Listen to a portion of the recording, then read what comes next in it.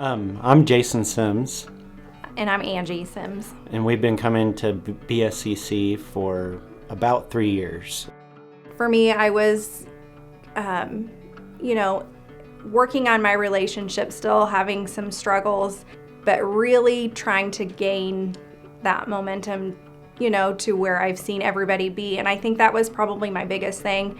I had been baptized as a child and I was wanting to rededicate my life. I think for me, I was waiting for that moment where I felt perfect, where everything was exactly where it needed to be before I could make that commitment. And for me, I just remember praying, if this is something that you want me to do, Lord, you're going to have to move me because I can't do it on my own. I knew I'm just that type of person that I would not make that step. So when Pastor Dave was asking people if this was the step that they would want to take, I remember one of the things that struck me the most was I have always struggled with doubts. Doubts has been my biggest thing. And I remember when Pastor Dave said, maybe it's time to start doubting your doubts.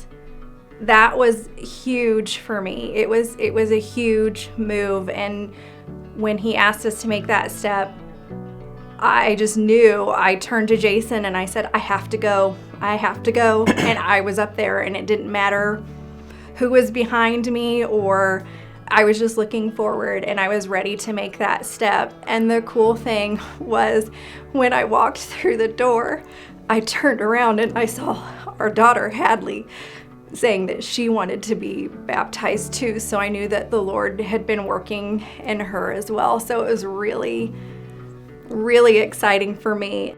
When Angie got up and went up there, and God just, he moved me. He moved me. I was the same way. It's like I couldn't stay sitting even if I wanted to. I mean, if somebody tied me down, I would have figured out a way to get up. After we did that, and of course, Jeremy, our son, got baptized a week later. It's been really neat to see how God's worked in our family these last couple months, but also he's just really opened my eyes, I'd say, these last couple months, and showing me new things that I didn't even know. And sometimes he shows them through his word, or through Jason, or through my kids that they've learned, that they've told me about. And it's just fun and exciting to see God move in their lives. That impacts me quite a bit.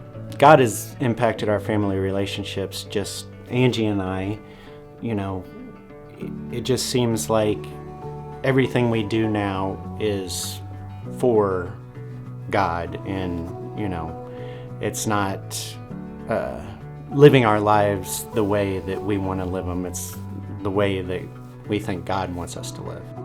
I would say one thing I would like to share about God's love is there's no end to it. And what I mean by that is just don't give up. Don't give up on God's love, because it's there whether you see it or not.